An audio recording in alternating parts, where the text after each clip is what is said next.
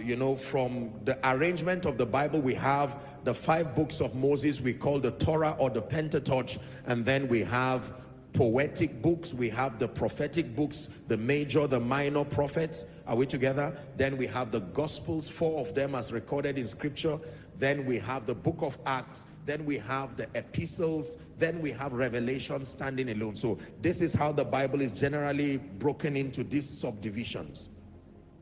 But regardless how you approach the study of Scripture from a doctrinal standpoint, it then means that every story, every parable, and every detail in Scripture was supposed to be unraveled, opened up, and then there should be a spiritual lesson that comes out of it. So when you study Gideon or Abraham or the prophets or whatever it is, there is a doctrinal component, and this is where the foundation of the believer's stability anchors upon doctrine. When you understand the doctrinal construct of Scripture, then you are able to navigate Scripture with intelligence, because the foundation of doctrine that you have keeps you balanced. The inability to understand the doctrinal construct of Scripture is what is responsible for the vacillations. People believe this today, believe that tomorrow, because they have not understood the doctrinal construct of Scripture. Does not demand creativity. It is fixed. Your assignment is to discover it and communicate it accurately. But then there is another layer which unfortunately many people have ignored or rejected through ignorance. It's called the prophetic layer of Scripture. This one is the business of you and God, because the Bible is a prophetic book, more than a historic book and more than a book that contains doctrine. It is a prophetic book likened to a scroll that can be opened and then whose seals will be unlocked. So there is how God will draw forth a message from a verse, and based on what he's telling you, it is not within its contextual meaning. God can give you another meaning out of its contextual meaning.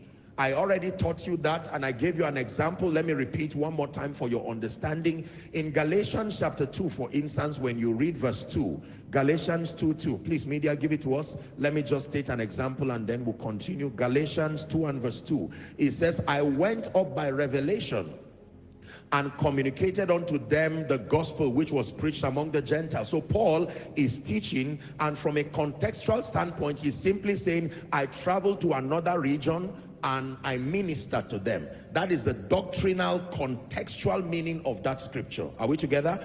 But then when you get a prophetic revelation here, like I taught you, the first 6 words can mean something entirely different. I went up, and I went up by revelation. God can use that scripture to now begin to teach you that it takes revelation to ascend realms. Are you seeing now? It is from a theological standpoint beyond the scope of that context, but it still can minister to you because the Bible is a prophetic material.